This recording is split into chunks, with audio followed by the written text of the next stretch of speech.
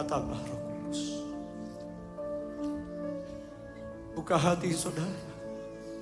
Malam ini penuhi setiap kami. The next generation. Semua family.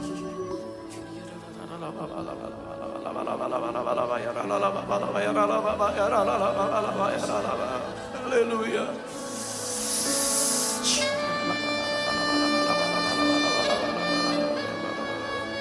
Roh Kudus. Ini kami hamba.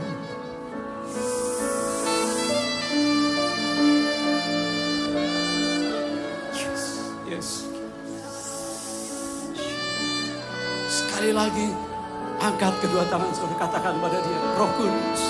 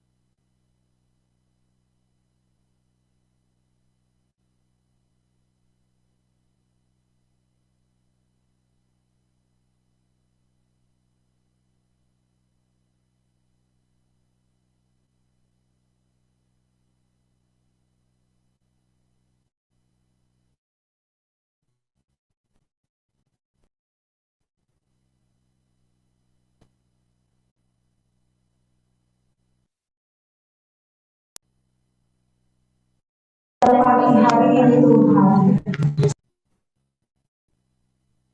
kami boleh merasakan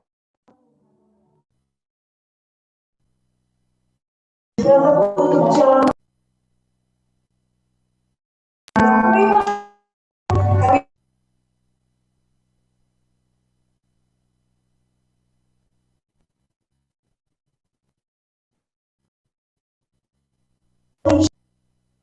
nama Tuhan Yesus.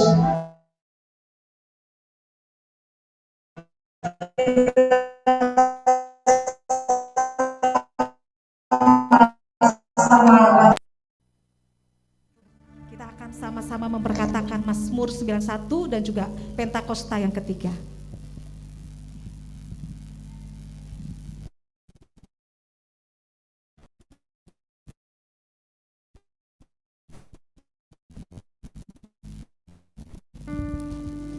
Haleluya, Tuhan masih sedang dalam lindungan Allah.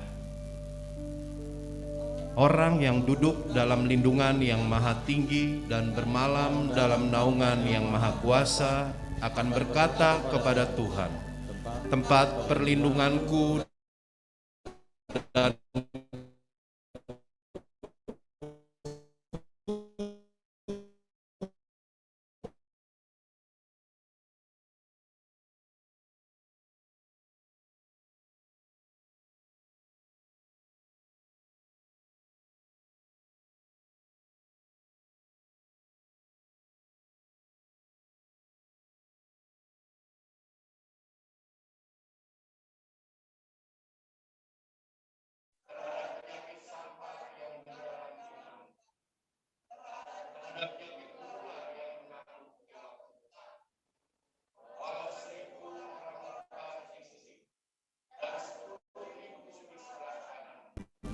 tetapi itu tidak akan menimpamu.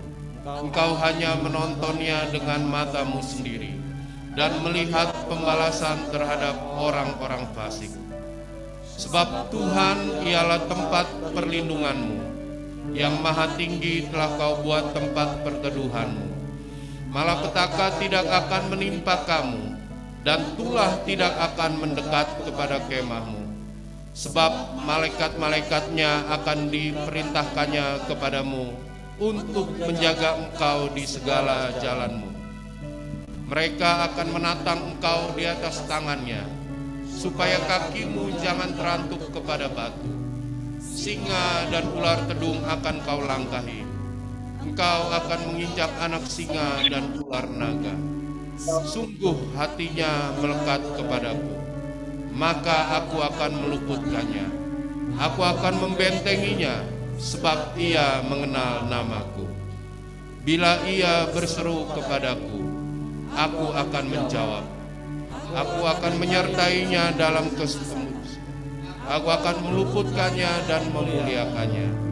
Dengan panjang umur akan kukenyangkan dia, dan akan kuperlihatkan kepadanya keselamatan daripadaku.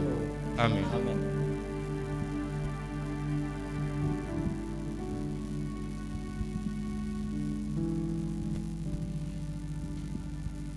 Mari Bapak Ibu, saya undang makin berdiri. Kita akan membacakan arti Pentakosta. Firman Tuhan diambil dari 2 Korintus 4 ayat 13. Namun karena kami memiliki roh iman yang sama seperti ada tertulis, aku percaya sebab itu aku berkata-kata. Maka kami juga percaya dan sebab itu kami juga berkata-kata. Arti Pentakosta. 1. Pentakosta ketiga adalah pencurahan Roh Kudus yang dahsyat di zaman ini, melebihi yang terjadi di Asus Asrib.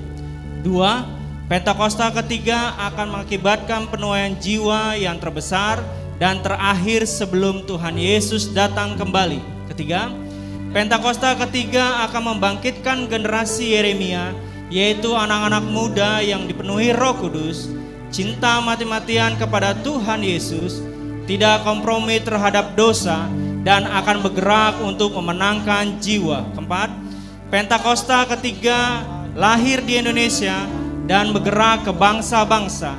Gerakan ini dari timur ke barat dan akan kembali ke Yerusalem. Kelima, Pentakosta ketiga akan memberikan kuasa untuk menyelesaikan amanat agung, dan setelah itu Tuhan Yesus datang kembali. Amin. Haleluya, puji Tuhan. Silakan duduk kembali Bapak Ibu Saudara. Kita akan sama-sama mendengarkan Voice of Pentecost pagi hari ini. Mari siapkan hati kita. Shalom saudara, memasuki bulan ini kita memperingati hari Jumat Agung dan hari kebangkitan Tuhan Yesus atau Paskah. Salah satu perdebatan yang terjadi beribu-ribu tahun sejak gereja berdiri adalah apakah kematian dan kebangkitan Yesus itu benar-benar terjadi atau hanya isapan jempol belaka. Di dalam Voice of Pentecost kali ini, kita akan membahas mengenai fakta kebangkitan Kristus. Pertama, kita perlu bertanya dahulu, apakah Yesus benar-benar mati secara historis di atas kayu salib? Karena ada juga teori yang beredar di luar sana bahwa Yesus tidak benar-benar mati. Faktanya adalah Yesus secara historis terbukti benar mati di atas kayu salib menurut hukuman Romawi saat itu. Kita memiliki bukti-bukti kuat dari kitab Perjanjian Baru dan kitab sejarah di luar Alkitab yang mencatat ada seseorang bernama Yesus yang betul-betul mati di atas kayu salib. Kedua, bahkan seorang pakar sejarah Perjanjian Baru yang juga seorang ateis dan kritikus utama terhadap kebangkitan Yesus, yaitu Dr. Gerd Ludemann, berkata, secara historis tidak dapat disangkal bahwa Yesus betul-betul mati. Nah, yang seringkali menjadi pertanyaan orang adalah, apakah betul Yesus itu bangkit dari kematian? Bagaimana saya bisa menjelaskan hal ini kepada orang yang ragu? Hari ini kita akan melihat setidaknya 4 fakta sejarah yang membuktikan kebangkitan Kristus. Pertama, fakta bahwa kubur Yesus itu kosong. Ini adalah salah satu bukti terpenting mengenai kebangkitan Yesus. Karena bahkan orang-orang yang tidak setuju dengan pengajaran Yesus, yaitu para imam kepala dan orang Farisi, mengakui bahwa kubur itu kosong. Ketika para murid mulai berbicara mengenai Tuhan Yesus yang bangkit dari kematian, mereka sampai harus membuat berita bohong bahwa murid-muridnya datang dan mencuri mayat Yesus. Poinnya adalah, imam-imam kepala saat itu juga sadar bahwa kubur Yesus kosong, tetapi mereka tidak mau mengakui kebangkitan Tuhan Yesus. Mereka membuat berita bohong yang tersebar sampai hari ini. Imam kepala dan orang Farisi tidak bisa menjelaskan bagaimana kubur itu kosong. Kedua, fakta bahwa prajurit Romawi turut menyaksikan kebangkitan Yesus. Kubur Yesus dijaga oleh para prajurit Romawi yang diminta sendiri oleh para imam kepala dan orang Farisi kepada Pilatus. Bagaimana mungkin penjaga-penjaga yang memeterai kubur itu dan menjaganya tidak sadar kalau ada murid yang berusaha mencuri dan membuka batu kuburan itu? Alkitab malah mencatat ketika Yesus bangkit, penjaga-penjaga itu gentar ketakutan dan menjadi seperti orang-orang mati. Kalau prajurit Romawi lalai melaksanakan tugas, seharusnya mereka dihukum mati, bukan? Tetapi faktanya adalah mereka diberikan sejumlah besar uang untuk tutup mulut perihal mujizat kebangkitan Yesus. Ketiga, fakta pertobatan Yakobus saudara Yesus dan juga Saulus. Yakobus yang adalah saudara kandung dari Yesus juga awalnya tidak percaya bahwa Yesus betul-betul anak Allah. Malahan jika kita baca dari Markus 3 ayat 21 dan Yohanes 7 ayat 1-10, jelas tertulis bahwa saudara-saudaranya sendiri pun tidak percaya kepadanya. Tetapi apa yang terjadi dalam kitab Kisah Para Rasul? Kita menemukan Yakobus saudara Yesus menjadi kepala gereja di Yerusalem.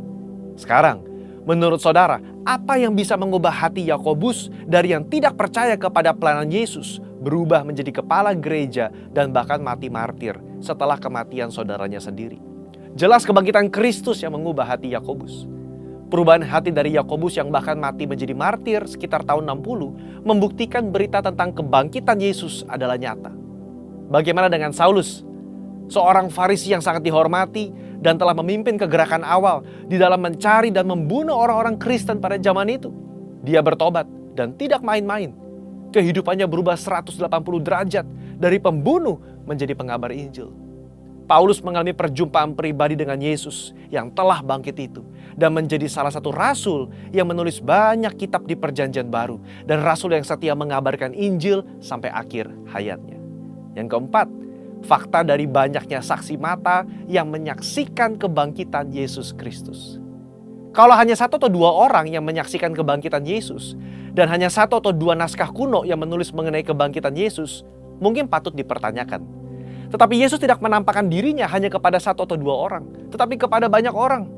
Kutipan Paulus di dalam 1 Korintus 15 ayat 5-7 yang adalah kredo atau pernyataan iman gereja mula-mula dan dibacakan dari minggu ke minggu jelas menyatakan bahwa Yesus menampakkan dirinya kepada Petrus, kepada murid-muridnya, kepada lebih dari 500 saudara sekaligus, kepada Yakobus, dan kepada semua rasul. Dalam tulisan-tulisan Injil Matius, Markus, Lukas, dan Yohanes, kita menemukan cerita yang mendukung kredo gereja mula-mula tersebut. Luar biasa, bukan? Akhirnya saudara, kita sebagai orang percaya perlu menyadari bahwa bukti-bukti tentang kebangkitannya menguatkan bahwa Yesus itu bangkit. Seperti gembala kita Paniko berkata, jika Yesus tidak bangkit dari kematian, maka sia-sialah kepercayaan kita. Bukti sejarah hanya membantu untuk menguatkan iman kita, tetapi tidak menjadi dasar iman kita. Berbahagialah setiap kita yang percaya namun tidak melihat. Amin. Tuhan Yesus memberkati. Saudara, untuk penjelasan lebih lengkapnya dari tim teologi kami, silakan klik link yang ada di atas atau scan QR Code yang tersedia. Sekali lagi, Tuhan Yesus memberkati.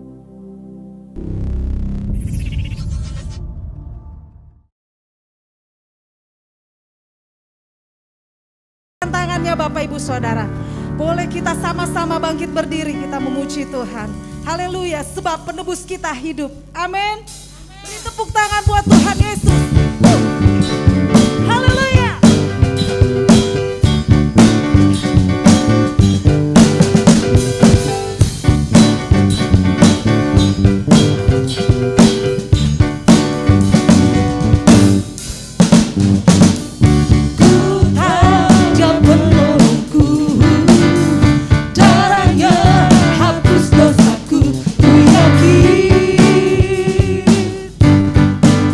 Ku yakin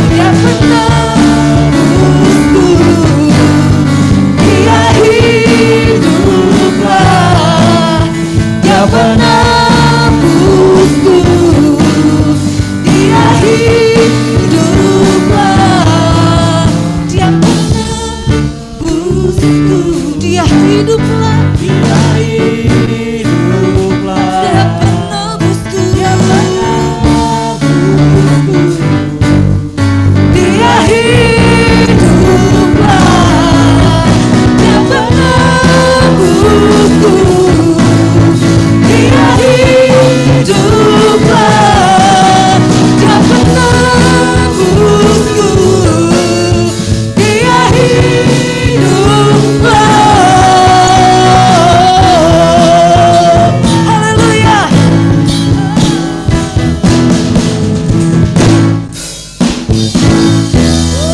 Sorakan haleluya. Allah kita bangkit, amin. Haleluya.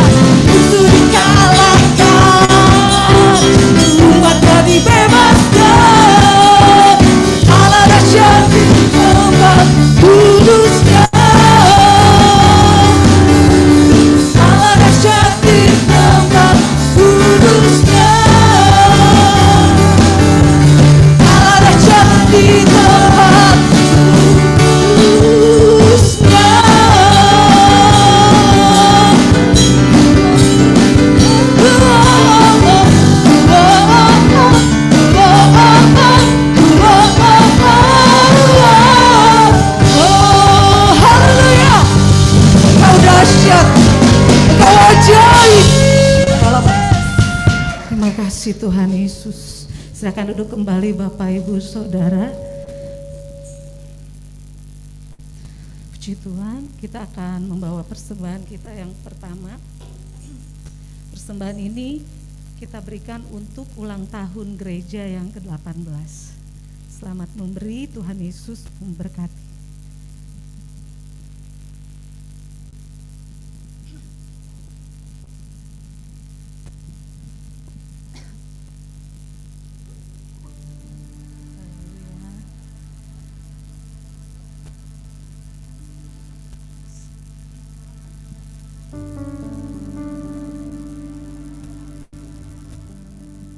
Mari kita berdoa. Terima kasih Tuhan Yesus, Engkau sudah memberkati kami semua Tuhan. Engkau berkati kesehatan, pekerjaan, keluarga kami. Terima kasih, dan saat ini kami mau menabur untuk ulang tahun gereja kami yang ke-18. Tuhan Yesus memberkati kami semua Tuhan. Kami beri dengan sukacita di dalam nama Tuhan Yesus. Haleluya. Amin. Puji Tuhan. Kita akan siapkan hati kita untuk kita dengarkan firman Tuhan pagi hari ini. Haleluya.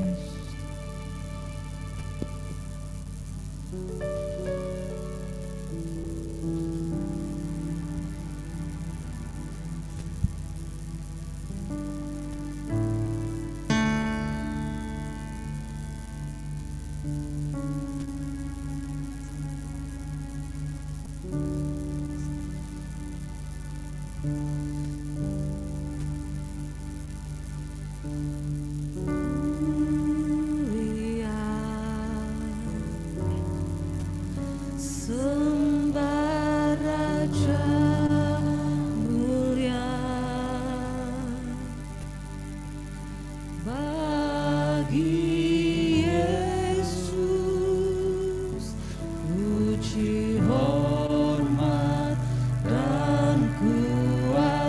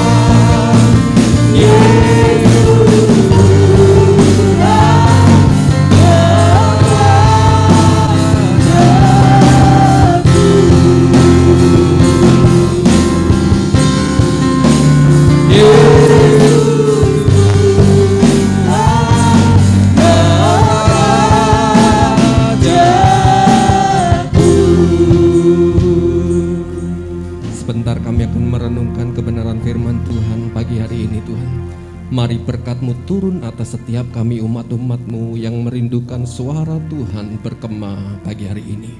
Sampaikan Tuhan isi hati-Mu biar kami memahami ya Tuhan. Ketika Tuhan Yesus bangkit, ketika Tuhan Yesus naik untuk menantikan kami ya Tuhan yang di muka bumi ini. Kami tahu dan sadar ya Tuhan, kami perlu diperbaiki. Iman kami perlu dibangkitkan hari-hari ini. Iman kami perlu ditambah-tambahkan hari ini. Iman kami akan semakin hari semakin bertambah. Walaupun keadaan susah sekalipun, kesulitan susah sekalipun, masa-masa yang tidak baik sekalipun, biar Engkau mendapati iman kami adalah iman yang semakin bertambah-tambah. Iman yang bangkit karena Tuhan Yesus terlebih dahulu bangkit dari kematian. Makasih Tuhan, berfirmanlah bagi setiap kami, sebab hati kami siap untuk mendengarkannya. Urapi kami yang di tempat ini, urapi kami yang di rumah-rumah, urapi semua ya Tuhan yang menonton live streaming, ataupun ya Tuhan yang menonton YouTube ya Tuhan, urapi kami semuanya.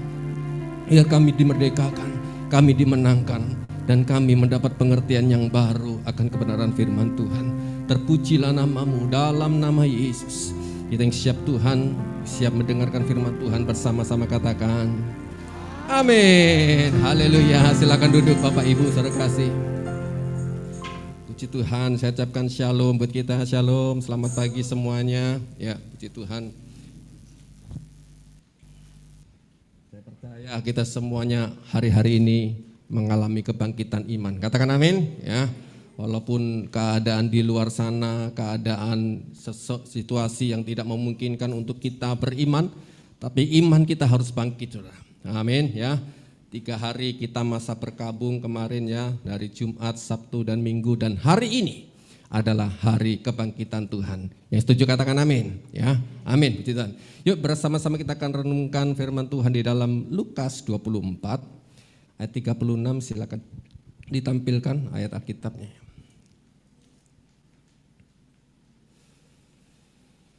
Lukas 24 ayat 36 sampai dengan 49.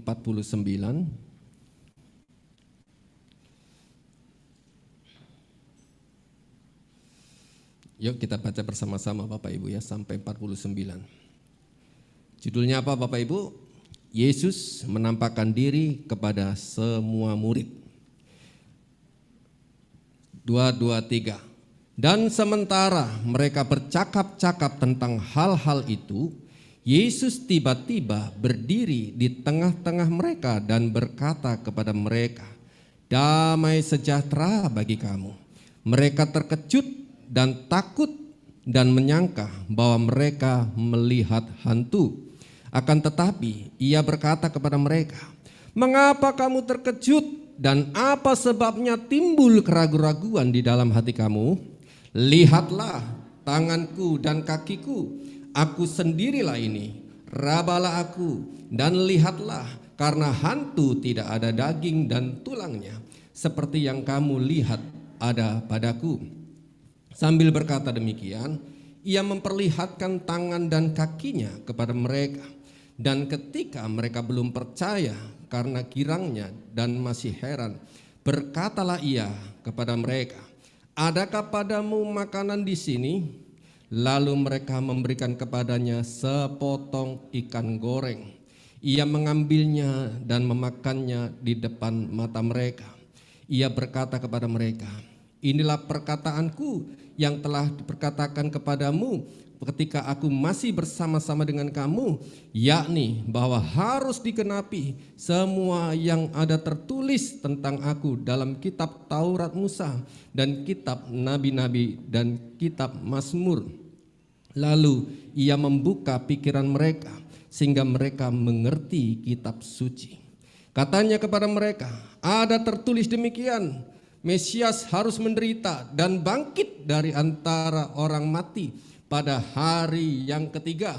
Dan lagi dalam namanya berita tentang pertobatan dan pengampunan dosa harus disampaikan kepada segala bangsa, mulai dari Yerusalem. Kamu adalah saksi dari semuanya ini, dan aku akan mengirimkan kepadamu apa yang dijanjikan Bapakku. Tetapi kamu harus tinggal di dalam kota ini sampai kamu diperlengkapi dengan kekuasaan dari tempat tinggi. Katakan amin. Nah, pagi hari ini kita belajar bersama-sama tentang kebangkitan Tuhan Yesus, Bapak Ibu. Ya, kita yakin bersama-sama ya bahwa Tuhan itu bangkit dari kematian, bahwa Tuhan itu bangkit bukan hanya bangkit, tapi Dia hidup. Dan sampai sekarang pun juga Tuhan itu hidup, saudara. Nah, itu yang kita percaya bersama-sama. Tapi kalau kita melihat fakta yang dihadapi oleh murid-murid pada zaman dahulu, ada sesuatu yang menarik. Murid ini dikatakan adalah orang yang bersama-sama dengan Tuhan Yesus. Murid itu adalah orang yang mengerti apa kesukaan Tuhan Yesus. Bahkan seorang murid yang dekat dengan Tuhannya, pasti dia tahu, kenal betul latar belakang, kenal betul sifat daripada Tuhannya. Dan saya percaya murid-murid Tuhan Yesus itu pada waktu itu dia kenal betul apa yang Tuhan katakan. Karena kita tahu ya, kita membaca Alkitab. Setiap Tuhan Yesus berkhotbah, mereka itu ada di sampingnya. Mereka itu ada bersama-sama dengan Tuhan Yesus. Kemanapun Tuhan Yesus berkhotbah, kemanapun Tuhan Yesus ada, bahkan Dia memberitakan perumpamaan-perumpamaan, Dia mengadakan mujizat sekalipun, murid-muridnya ada pada waktu itu. Tapi hal-hal yang riskan, hal-hal yang sungguh tidak masuk akal, saudara. Murid-murid yang dekat dengan Tuhan saja, dia ragu tentang kebangkitan Tuhan. Dia meragukan, saudara. Sampai Tuhan Yesus berkali-kali Dia menampakkan diri kepada murid-muridnya, termasuk kepada Maria, termasuk kepada orang-orang yang ada pada waktu itu. Tuhan dicatat di Alkitab ada 5 kali, saudara, Tuhan Yesus menampakkan diri. Ya. Pertama, Dia menampakkan diri kepada Maria Magdalena saat Dia sedang sendirian di taman. Di dalam Yohanes 20:14, saudara bisa baca di situ. Tuhan menampakkan diri ke Maria Magdalena. Dan juga yang kedua, Tuhan menampakkan diri kepada para wanita. Sewaktu hendak memberitahu murid-murid Yesus, Dia menampakkan diri kepada para wanita ini sebelum dikasih tahu kepada murid-murid yang lain. Dan yang ketiga, saudara, kepada Petrus Tuhan juga menampakkan diri. Bahkan kepada 2 orang murid yang menuju Emmaus, Tuhan juga menampakkan dirinya. Bahkan yang terakhir, yang kelima, Tuhan Yesus di dalam cerita Alkitab ini, saudara, Tuhan Yesus juga bersama-sama dengan muridnya. Dia nimbrung, saudara, ketika murid-muridnya sedang berkumpul rame-rame. Saya tidak tahu saudara muridnya dalam keadaan apa pada waktu itu. Tapi yang jelas murid-murid pada waktu itu sedang galau. Karena Tuhan mereka hilang, saudara. Tuhan mereka enggak ada. Tuhan mereka enggak tahu kemana. Tapi tiba-tiba Tuhan Yesus nongol di situ, saudara. Tetapi apa yang murid-murid lakukan, saudara? Apa yang menjadi respon murid pada waktu itu? Dia berkata di ayat yang ke-38, saudara. Akan tetapi Ia berkata kepada mereka. Ayat 37. Mereka terkejut dan takut, bahkan menyangka bahwa mereka melihat hantu. Bayangkan, saudara, mereka kenal betul sosok daripada Tuhan Yesus. Bahkan saya percaya mungkin mukanya Tuhan Yesus enggak berubah, saudara. Yang mungkin agak ganteng sedikit lah ya, namanya juga penuh kemuliaan ya, sedang menikmati keindahan bersama dengan Tuhan, agak ganteng sedikit. Tapi karena mereka sudah dirundung dari kedukaan, yang merasa bahwa Tuhan Yesus mati, tiba-tiba Tuhan Yesus nongol di situ, ngumpul, ikut nimbrung bersama murid-murid. Bayangkan, kalau kita di situ pun juga pasti terkejut.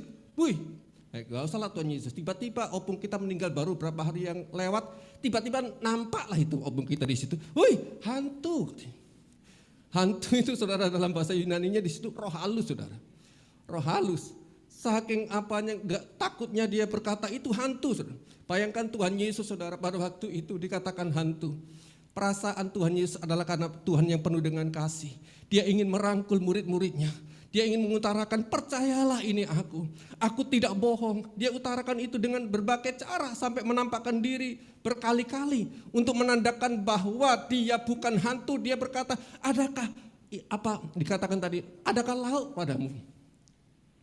Menandakan bahwa Tuhan Yesus lapar. Hantu gak pernah lapar, saudara. Jadi jangan salah, hantu dikasih makan di kuburan, ada apel, ada apa, jangan dikasih ikut-ikutan. Hantu gak pernah lapar, saudara. Ada apel situ pasti, percaya deh, seminggu masih tetap itu, kecuali dicolong.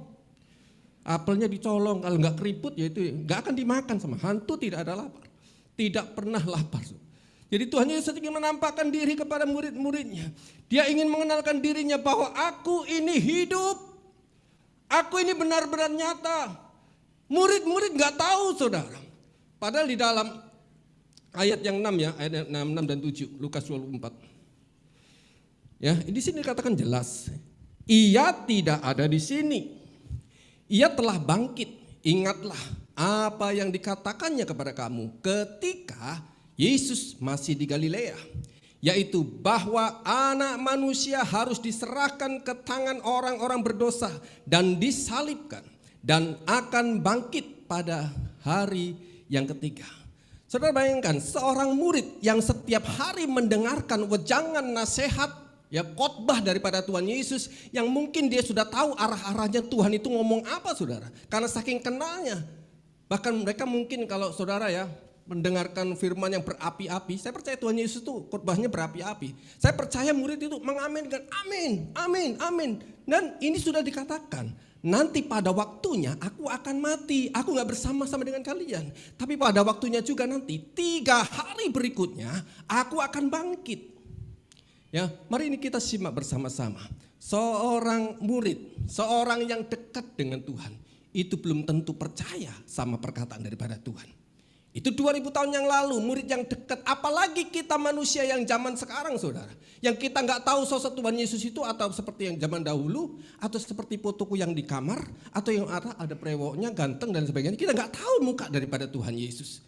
Mungkin kita mengira-ngira Tuhan Yesus itu mungkin muda, ya perowokan seperti tokoh di film-film ya, di film-film diputar, mungkin kayak gitu. Enggak semacam itu. Tapi kita yang tidak tahu, yang tidak kenal, murid yang kenal saja, dia bisa menyangkal. Dia bisa tidak tahu apa yang Tuhan ajarkan. Perumpamaan, nasihat, firman Tuhan sudah dikasih tahu berulang-ulang. Tapi mereka tidak percaya sampai mereka ragu, saudara.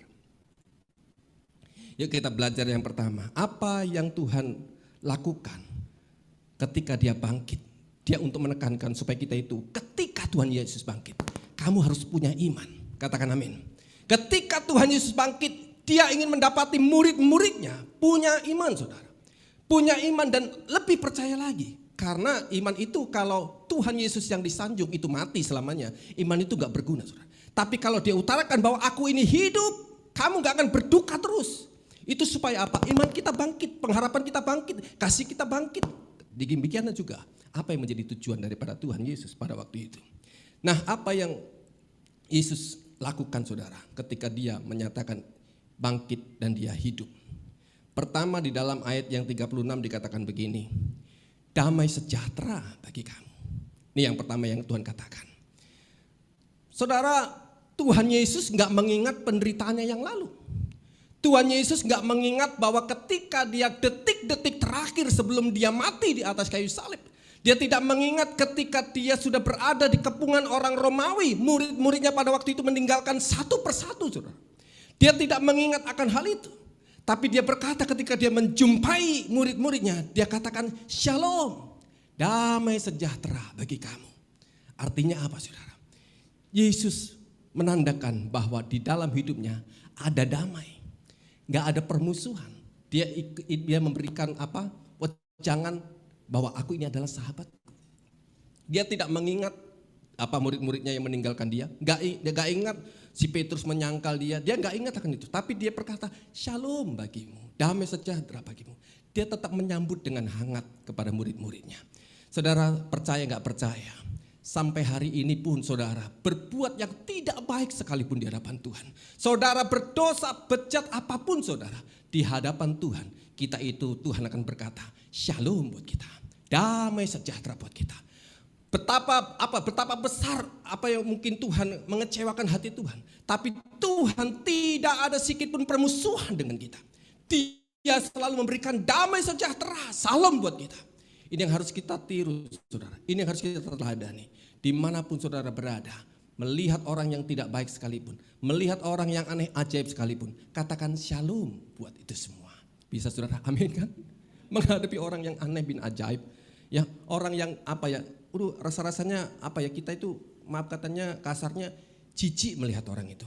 Tapi kita bisa berkata shalom buat engkau. Tuhan mengajarkan semacam itu. Enggak ada permusuhan, ada damai sejahtera di dalam hidupnya. Yang kedua, apa yang Tuhan lakukan, saudara? Yang dilakukan Tuhan adalah Di dalam ayat 44 dikatakan begini, bahwa aku itu masih bersama-sama dengan kamu. Ya saudara, kebangkitan Tuhan itu ingin menandakan kepada murid-muridnya bahwa Tuhan Yesus itu masih setia bersama-sama dengan murid-muridnya. Dan kita juga percaya Allah Immanuel itu juga berlaku bahwa Allah masih menyertai kita sampai hari ini. Katakan amin.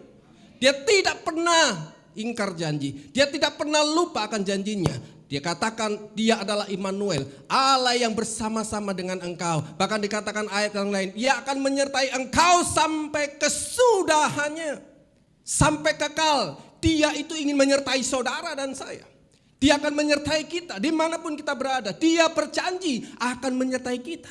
Pertanyaannya saudara, Tuhan itu akan menyertai kepada setiap orang yang mau disertai. Ada orang yang gak mau disertai Tuhan saudara. Ngakunya anak Tuhan, tapi ketika Tuhan bersama-sama dengan dia, seakan-akan dia risih saudara. Risih, terlalu banyak peraturan kalau kita mengikuti daripada Alkitab ini. Terlalu banyak peraturan. Aku ingin maunya sendiri, aku ingin maunya sendiri. Yuk hari-hari ini ubah iman saudara, kepercayaan kita. Bahwa Tuhan itu tetap ada dimanapun kita berada. Dan ketika Tuhan ada, hendaklah kita takut sama Tuhan saudara. Takut, ingin melakukan dosa sedikit pun kita harus takut. Karena Tuhan ada di tengah-tengah kita. Ya, sampai hari ini Tuhan ada. Yang ketiga, apa yang Tuhan lakukan saudara? Ketika dia ingin menyampaikan bahwa dia hidup, dia bangkit. Yesus membuka pikiran mereka, ayat 45. Ya, silakan ditampilkan nanti kalau ada Alkitab ayat 45, ayat 45 sambil buka Alkitab biar tahu ya. Kalau enggak sambil simak handphonenya masing-masing saudara. Karena agak lemot ya kalau Alkitab tampilan di sini. Ya, yang ketiga Yesus membuka pikiran mereka. Saudara, Yesus tahu keadaan murid-muridnya pada waktu itu. Keadaan murid pada waktu itu sedang gelisah. Keadaan murid pada waktu itu sedang bersedih. Keadaan murid pada waktu itu sedang berkabung saudara. Dan Tuhan tahu pikiran orang itu adalah pikiran-pikiran lama. Dan beruntunglah kita pada tahun ini kita dikasih tema adalah paradigma yang baru. Tuhan bisa membukakan pikiran-pikiran kita sesuai dengan apa yang Tuhan mau saudara. Pikiran kita beda dengan pikiran Tuhan. Pikiran kita itu cetek saudara. Kalau dibandingkan pikiran Tuhan begitu luasnya, begitu lebarnya sampai tidak bisa terselami saudara. Tuhan itu tahu ke depan sana bagaimana. Kita nggak tahu saudara, tapi kita kadang-kadang sok tahu nanti masa depanku suram, masa depanku nggak baik, masa depanku nggak penuh dengan harapan, masa depanku pasti nanti akan miskin dan lain sebagainya. Jadilah seperti iman kita. Tuhan menentukan nggak semacam itu. Masa depan kita pun ditentukan Tuhan adalah masa depan yang penuh dengan harapan. Katakan amin. Amin. Jadi itu Tuhan membuka pikiran kita. Membuka pikiran mereka supaya pikiran mereka terbuka. Pola pikir mereka terbuka. Bahwa Tuhan itu benar-benar hidup dan dia nyata. Ya, yuk mari bersama-sama pikirkan ini. Bahwa Tuhan benar-benar tahu bahwa pikiran kita pun yang lemah Tuhan bisa ubahkan jadi pikiran yang kuat hari-hari ini. Yang keempat, ayat yang ke-49 ya. Lukas 24 ayat 49 dikatakan begini. Dia selalu menepati janjinya. Ya, ayat 44 dia menepati ayat 45 dia menepati janjinya saudara. Ya. Dia yang menulis kitab suci, Tuhan yang menentukan ayat-ayat dalam Alkitab katakan semacam ini. Dia yang menepati janji. Nah, kalau saudara dan saya pernah berpacaran ya, pernah ya berkomunikasi, pernah berhubungan dengan pasangan, terlalu banyaklah wanita-wanita itu mendapatkan janji-janji daripada si pria. Ya terlalu banyak janji-janji muluk-muluk karena apa? Holong tuho tuh begitu apa ya? Cintanya begitu malabab yang dalam. Sehingga apa? Kalau bisa apa ya? Dia bisa berbohong, dia bisa kamuflase, dia bisa mendramatisir. Ya, dia bisa mengungkapkan yang tidak dari hatinya, tapi dia ingin mengungkapkan bahwa sesuatu itu apa aku ingin cinta kamu itu benar-benar nyata. Itu daripada manusia. Jadi menepati janji. Tuhan itu ingin tahu, Tuhan ingin mengutarakan bahwa kebangkitannya menandakan bahwa Tuhan itu akan menepati janjinya. Saya percaya di Alkitab ini banyak janji-janji saudara. Janji Tuhan bukan seperti janji manusia. Ada laku dunia, janji-janji tinggal janji, bulan madu hanya mimpi. Itu janji manusia, saudara. Tapi janji Tuhan gak seperti itu, saudara.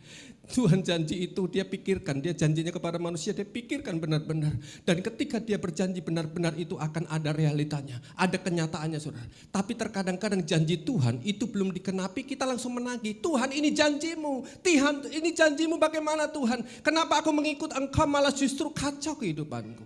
Dan lain sebagainya. Janji-janji hanya tinggal janji. Tapi di dalam Tuhan, janjimu seperti fajar pagi hari. Janji Tuhan selalu manis, saudara. Tuhan Yesus hidup untuk menekankan bahwa Tuhan yang berjanji, dia akan menepati janjinya. Amin. Ya, ketika dia berkata 3 hari lagi aku akan bangkit, benar terjadi, saudara. Dibangkitkan oleh Allah. Tuhan Yesus benar apa yang dikatakan, 3 hari lagi nanti setelah aku disiksa, setelah aku mati, 3 hari lagi nanti aku akan bangkit. Benar Tuhan terjadi, saudara. Jadi dia katakan bahwa ketika aku berjanji, maka dia akan menepati janjinya. Kita baca Roma 4 ayat 20-21. Saudara. Roma 4 ayat 20 sampai 21.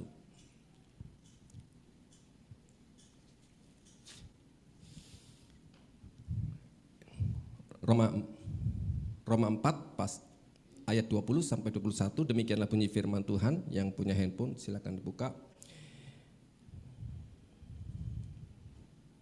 Ada yang bacakan yuk biar cepat.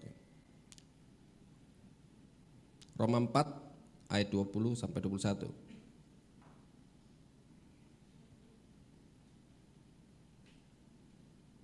Yuk saya akan bacakan ya. Tetapi terhadap janji Allah, ia tidak bimbang. Karena ketidakpercayaan, malah ia diperkuat dalam imannya dan ia memuliakan Allah. Dengan penuh keyakinan bahwa Allah berkuasa untuk melaksanakan apa yang telah ia janjikan. Katakan amin. Amin. Dia berkuasa penuh untuk menggenapi janjinya. Dia berjanji maka dia akan genapi. Dan ketika dia genapi, dia menunjukkan bahwa ketika aku berbicara, pasti itu akan aku genapi. Sampai kesudahan saudara nanti Tuhan akan menggenapi janji-janjinya kepada kita. Begitu banyak janji-janji ini sampai kita komplain sama Tuhan, saudara. Tuhan, janjimu kayak gini, janjimu kayak gini. Kenapa aku makin begini? Kenapa hidupku begini? Kenapa hidupku gak bergairah? Saudara, Tuhan menginginkan iman kita bergairah karena Tuhan hidup. Tuhan saja ketika dia mati, ketika dia menderita, dia ingin berusaha untuk meningkatkan imannya, kepercayaan kepada Tuhan. Saat dia terakhir pun sampai dia sebelum mati di atas kayu salib, ketika dia berdoa kepada Tuhan, dia melihat bahwa Tuhan itu menolehkan wajahnya seakan-akan Tuhan itu gak peduli terhadap penderitaannya. Secara kasat mata ketika dia sudah sekarat, saudara, Tuhan Yesus, ketika dia melihat wajah Allah itu berpaling dan tidak melihat Tuhan Yesus lagi, dia kecewa. Sehingga dikatakan, Eloi, Eloi, lama sabatani. Allahku, mengapa engkau meninggalkan aku? Perasaan sebagai manusia, dia ditinggalkan Allah, saudara. Tuhan yang berjanji, tetapi dia merasa Tuhan Yesus, Tuhan meninggalkan aku. Dalam aku terpuruk, dalam hidupku yang tinggal sedikit saja, Tuhan masih meninggalkan aku. Padahal Tuhan ketika dia memalingkan wajahnya gak melihat Tuhan Yesus lagi. Karena dia begitu sedihnya melihat penderitaan Tuhan Yesus. Sampai dia gak tahan Allah itu. Sampai dia buang muka karena dia gak ketahan melihat penderitaan daripada Tuhan Yesus. Itu loh hati seorang bapa. Dia tidak pernah tega melihat anaknya menderita, saudara. Saudara, saya tahu penderitaan saudara di muka bumi ini bagaimana, saya tahu. Saya tidak tahu bagaimana penderitaan saudara cara mengatasinya. Ada yang mengatasinya dengan enjoy, ada yang mengatasinya dengan apa ya udahlah, menyerahlah, inilah nasibku, inilah takdirku. Ada yang melalui hari ini dengan putus asa, kecewa, hari-hari yang gak semakin baik, kecewa dia. Tapi percayalah, Tuhan berkuasa untuk menepati janjinya. Katakan amin. Amin. Yang terakhir, yang kelima. Yang kelima ini dalam ayat ayat yang berikutnya, ketika Tuhan Yesus naik, saudara. Ketika Tuhan Yesus naik ke surga. Ini yang penting buat kita, saudara. Ya, kenaikan Tuhan Yesus itu di dalam ayat yang ke-50 dan 51. Coba ditampilkan.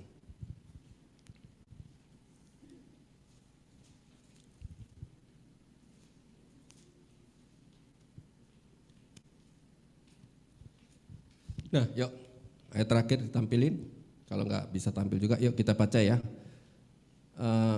Yohanes 24 ayat 50 sampai 51. Demikianlah bunyi firman Tuhan. Lalu Yesus membawa mereka keluar kota sampai dekat Betania. Di situ ia mengangkat tangannya dan memberkati mereka. Dan ketika ia sedang memberkati mereka, ia berpisah dari mereka dan terangkat ke surga. Perhatikan, Tuhan yang kita sembah, Tuhan yang kita agungkan hari-hari ini adalah Tuhan yang sopan, saudara. Perhatikan saudara, kesopanan Tuhan, dia penuh dengan etika kepada murid-muridnya. Dengan rasa sedih dia akan meninggalkan murid-muridnya sebelum dia naik ke surga. Maka dia berpisah, pamitan sama murid-muridnya. Nah, saya percaya saudara, kalau kita dipamitin itu pertanda bahwa waduh, kita berpisah sampai selama-lamanya. Kalau namanya ada perpisahan itu sepertinya sedih rasanya, Tuhan berpisah sampai selama-lamanya. Tapi ini ayat sungguh luar biasa. Ketika dia hendak berpisah dengan murid-muridnya, dia angkat tangannya tinggi-tinggi saudara. Dan dia memberkati muridnya, dia kasih blessing. Berkat kepada orang yang dikasihinya, murid yang dikasihinya. Sebelum ditinggalkannya, Tuhan mencurahkan berkatnya kepada murid-muridnya. Nah saudara, kalau berbicara tentang berkat, di dalam perjanjian lama, saudara, pemimpin-pemimpin rohani nenek moyang kita pun juga melakukan berkatnya ya kepada anak-anak cucunya, kepada anak-anaknya. Seperti Yakub memberkati anak-anaknya. Dia berkati anak-anaknya. Sebelum dia meninggal, dia berkati anak-anaknya. Musa pun juga memberkati suku-suku bangsa Israel. Sebagai tanda dia pemimpin ingin mencurahkan berkat. Berkat itu berbicara doa, saudara. Dia doakan. Kalau secara orang tua kepada anak saudara, saudara pasti pernah dibelai daripada orang tua kita, bapak kita. Jadilah anak baik ya nak, jadilah anak baik. Itu merupakan berkat saudara. Itu doa daripada orang tua. Gak pernah ceritanya saudara, orang tua berkata, jadilah kau preman, jadilah kau orang gak berguna. Gak ada. Doa orang tua itu pasti doa yang amat menjadikan anaknya itu baik ke depan saudara. Nah Tuhan Yesus berkata, aku mencurahkan berkat kepadamu. Sebelum selama-lamanya ya berjanji akan kembali sih dia. Sebelum dia terangkat, aku lepaskan berkat kepada kamu. Blessing itu adalah berkat yang harus kita pegang daripada Tuhan. Saya percaya kemanapun kita melangkah, kita itu diberkati Tuhan saudara. Ada berkat Tuhan yang menyertai keadaan saudara, menyertai kita dimanapun. Selain dia menyertai, dia berjanji memberkati kita. Selain itu juga dia berikan shalom, damai sejahtera. Saya percaya di dalam hidup kita dimanapun saudara berada, walaupun saudara penuh dengan segala apapun dalam muka bumi ini, tapi damai sejahtera itu selalu ada di tengah kita. Nah ini adalah peristiwa 2000 tahun yang lalu bersama-sama dengan murid. Aplikasinya buat kita hari-hari ini. Saya akan tutup saudara. Adakah kita masih percaya bahwa Tuhan itu hidup? Adakah kita itu percaya bahwa Tuhan itu ada bersama-sama dengan kita? Peringatan kebangkitan Tuhan Yesus itu kita lalui sedang bertahun-tahun ya Tuhan. Yang lalu saudara. Bertahun-tahun kita peringati kebangkitan Tuhan. Tetapi apa maknanya buat kita hari-hari ini? Bagaimanapun juga untuk membangkitkan iman kita, pertambahkan iman kita kepada Tuhan. Amin. Banyak orang di sana saudara, masa-masa pandemi ini adalah, kata Pak Niko, adalah masa goncangan, goyangan. Banyak orang ketika digoncang itu ada orang yang berseru sama Tuhan. Tapi ketika ada yang digoncang, orang itu akan mati. Tapi justru orang yang digoyang, digoncang itu yang akan hidup ketika dia berseru meminta pertolongan. Nah saya tahu saudara, dimanapun keadaan, goncang sekalipun saudara, tapi kalau pegangan kita kuat, kita gak akan terlepas daripada goncangan. Yang setuju katakan amin. Kita punya pegangan saudara, kita punya pegangan. Dan pegangan itu siapa? Yaitu Tuhan yang hidup tadi, bukan Tuhan yang mati. Tuhan kita adalah Tuhan yang hidup. Saya katakan kepada adik-adik saya saudara, sekali engkau memegang Tuhan, jangan sampai lepaskan Tuhan itu. Sekali engkau berpengharapan kepada Tuhan, jangan sampai engkau melepaskan pengharapanmu sama Tuhan. Sekali engkau melepaskan peganganmu, maka ketika disitulah iblis bisa menyeret kamu ke dalam jalannya daripada iblis. Yuk mari bersama-sama pegang tangan Tuhan. Bukti iman Bukti kita adalah orang yang bangkit. Tuhan Yesus saja dia bangkit dari masa keterpurukan dia. Padahal dia ditakdirkan untuk mati. Tapi ketika itu dia tahu bahwa Tuhan akan membangkitkan dia. Dan kita rindu sebagai murid-murid Tuhan. Kita adalah murid-murid Tuhan. Kita pun juga harus bangkit. Amin. Iman kita harus bangkit. Katakan amin. Yuk mari saya undang musik. Mari kita bangkit berdiri.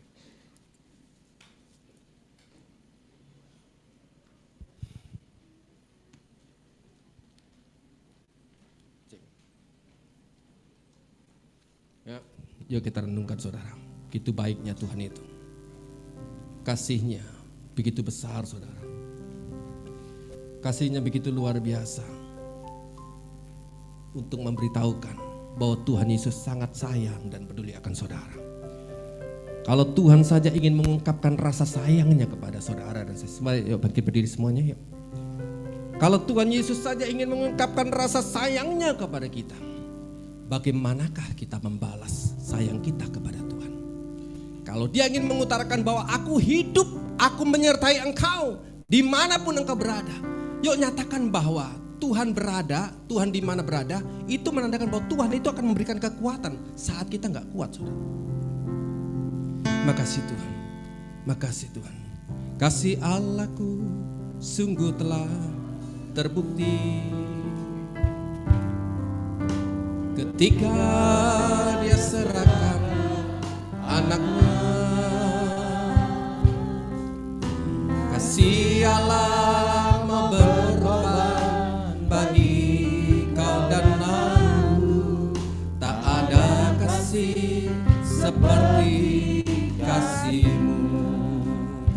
Bersyukur, bersyukur, bersyukur, bersyukurlah, bersyukur karena kasih setia-Mu.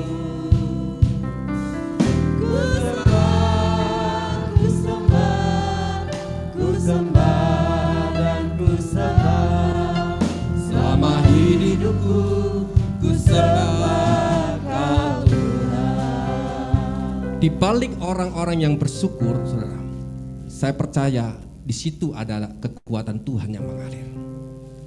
Saudara bersyukur hari-hari ini dengan apa kehidupan kita bersyukur, saudara. Mungkin kita hari ini sedang di dalam lembah kekelaman. Bersyukur itu adalah kekuatan yang supranatural. Walaupun di lembah kekelaman pun kalau kita tahu Tuhan bersama-sama dengan saya akan jalan itu walaupun saya berjalan di lembah kekelaman. Daniel, Sadrak, Mesak, dan Abednego, saudara, ini adalah orang-orang yang beriman. Dia berkata kepada raja pada waktu itu, engkau akan memasukkan aku kepada neraka, kepada api. Tapi walaupun Tuhan gak menolong aku, tapi aku tetap percaya kepada Tuhan. Daniel ketika dia diperhadapkan gua singa, aku tidak akan menyembah patung karena aku percaya, karena aku punya iman. Tuhanku hidup, Tuhanku bersama-sama dengan aku. Dia yang akan melepaskan aku. Ketika Daud juga menghadapi Goliat, engkau menghampiri aku dengan kekuatanmu, tapi aku mendatangi engkau dengan kekuatan Tuhan. Ini keyakinan iman yang kokoh, saudara. Ini menandakan bahwa Tuhan ada bersama-sama dengan kita. Percayalah, dimanapun kita berada, Tuhan ada bersama dengan kita. Kebangkitannya membuktikan bahwa Dia hidup, Dia menyertai saudara dan saya. Dan ketika Dia menyertai, Dia akan memberikan kekuatan. Dia menyelesaikan pencobaan-pencobaan yang kita tidak sanggup sekalipun. Bersyukur, bersyukur, bersyukurlah, bersyukur karena kasih setia-Mu. Men Tuhan sembah, ku sembah, ku sembah, ku sembah dan ku sembah selama hidupku, ku sembah Kau Tuhan. Selama hidupku, ku sembah Kau Tuhan. Makasih Tuhan, kami bersyukur Tuhan buat firman-Mu yang terus meneguhkan setiap kami bahwa Tuhan yang kami sembah, Engkau yang sanggup membangkitkan iman kami. Dan kami percaya kami akan tetap pegang pelihara iman kami.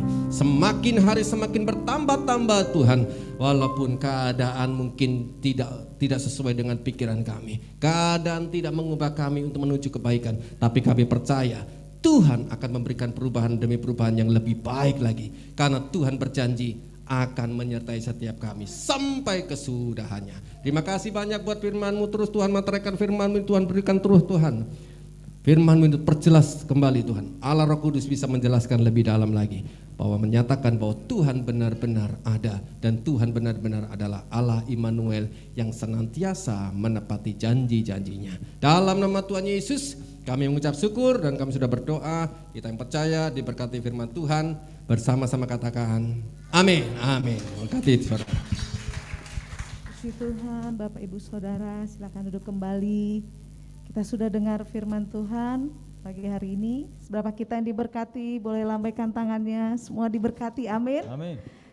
Kita akan berikan persembahan.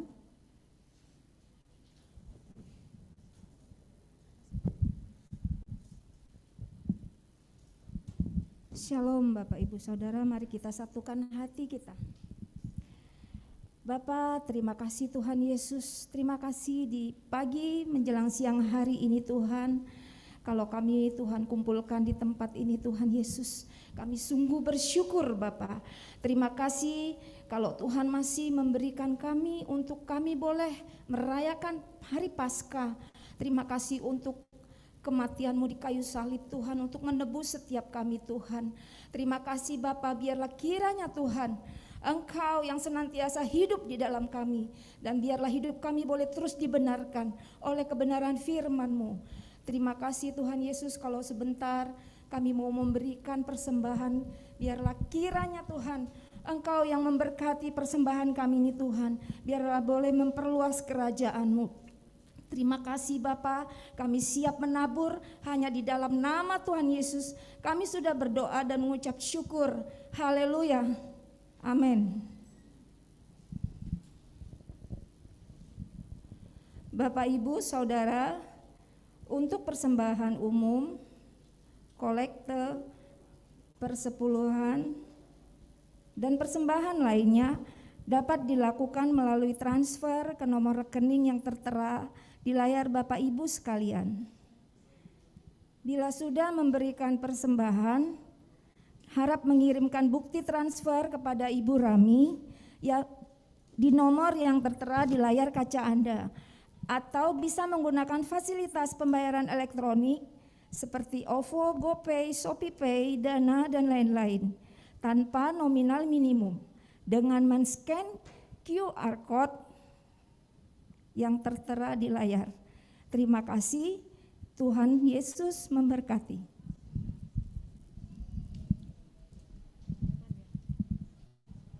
Kita akan mendengarkan pengumuman untuk sepekan.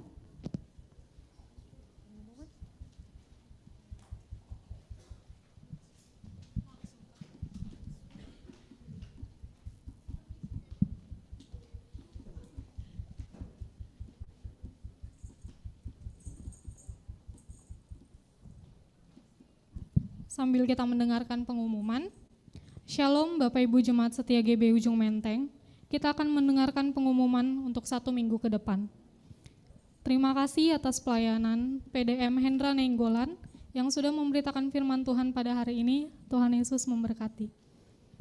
Adapun jadwal menara doa ke depan adalah setiap hari Senin sampai Jumat pukul 17 sampai 18 akan diadakan menara doa Rayan 1G secara online.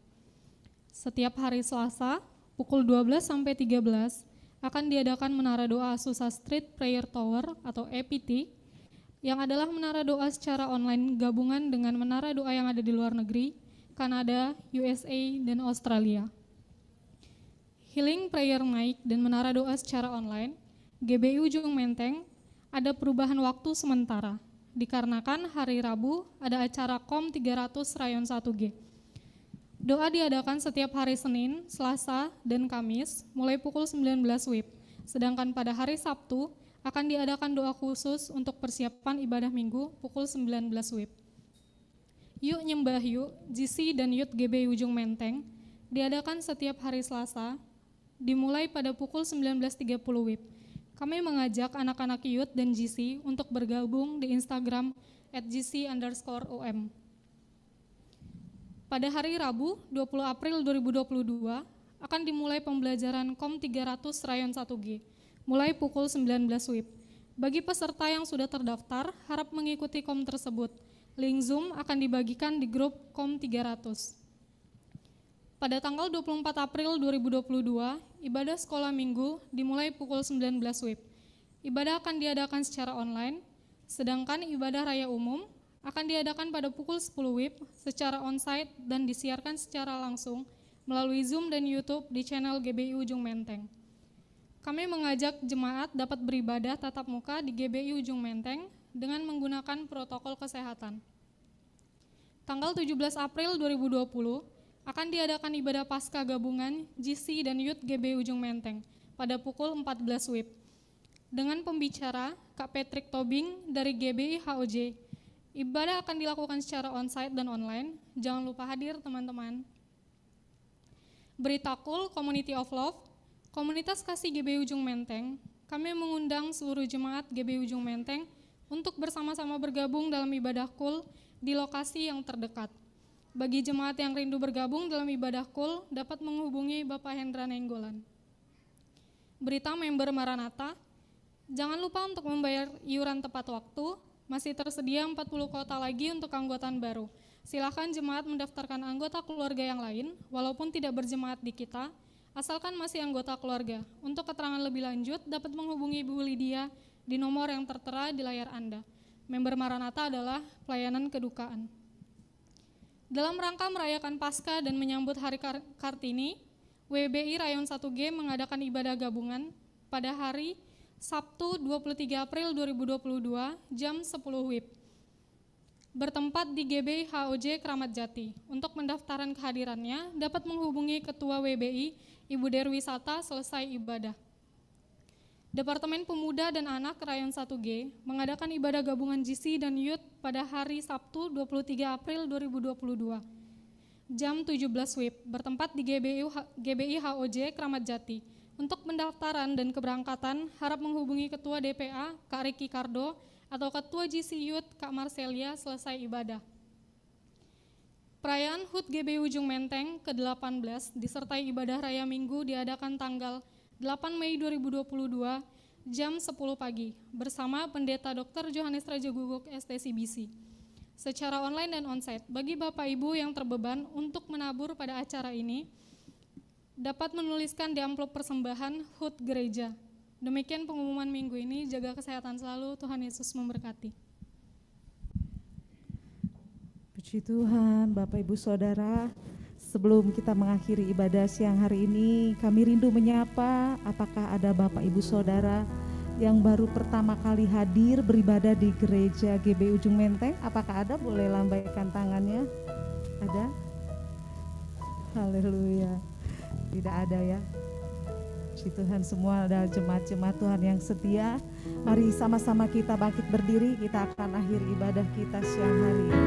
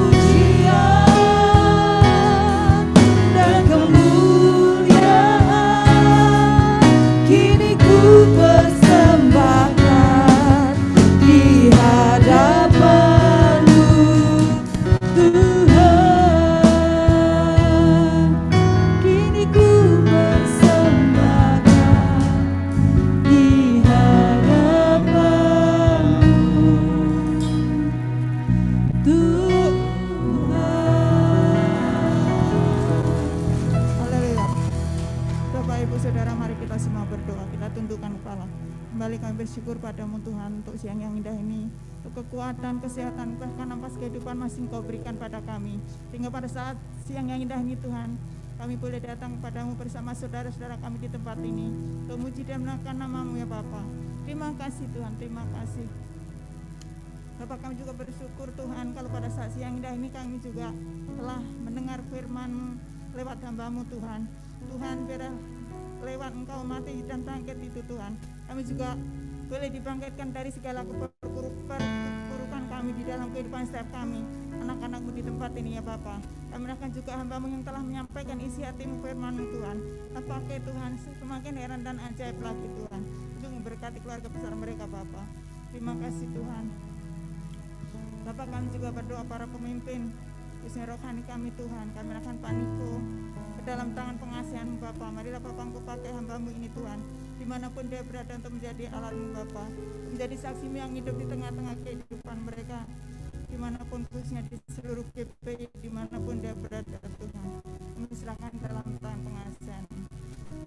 Bapak, Engkau juga berkati kepada wakilnya Tuhan, pribadi lepas pribadi Tuhan. Kau pakai setiap mereka dimanapun Tuhan izinkan untuk melayani di setiap gereja-gereja-Mu Tuhan. Dan Bapak, Engkau juga memberkati mereka. Kau pakai dengan luar biasa ya Bapak.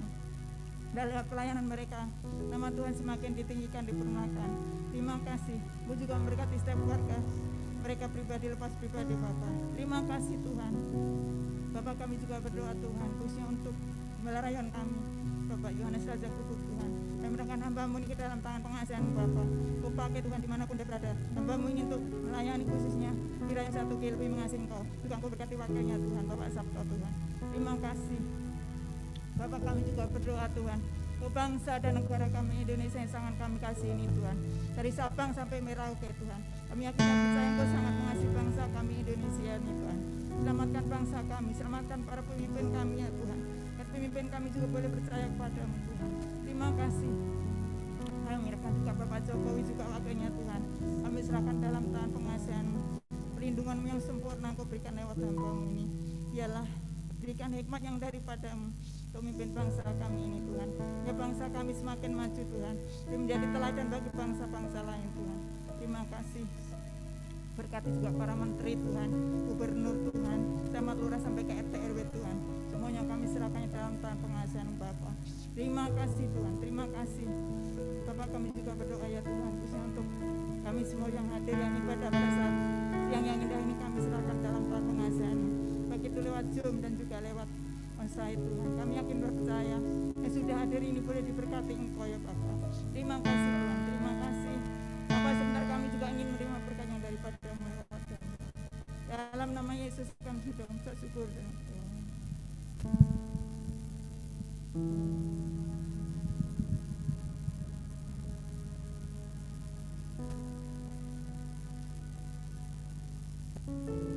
Shalom Bapak Ibu Saudara sekalian yang dikasihi Tuhan, yang di YouTube, yang di Zoom, yang onsite kita semua.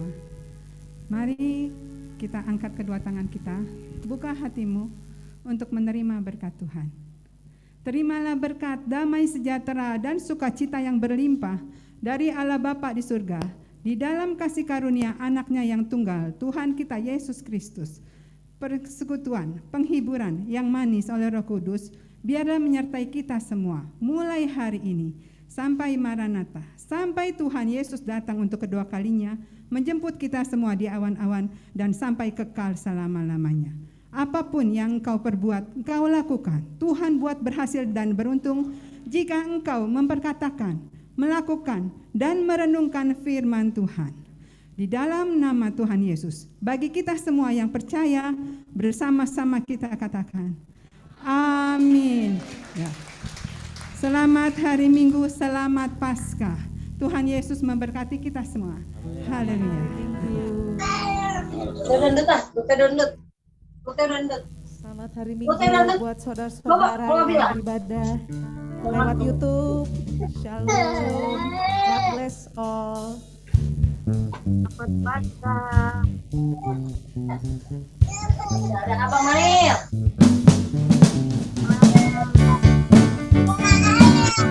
Selamat Paskah. Happy Passover.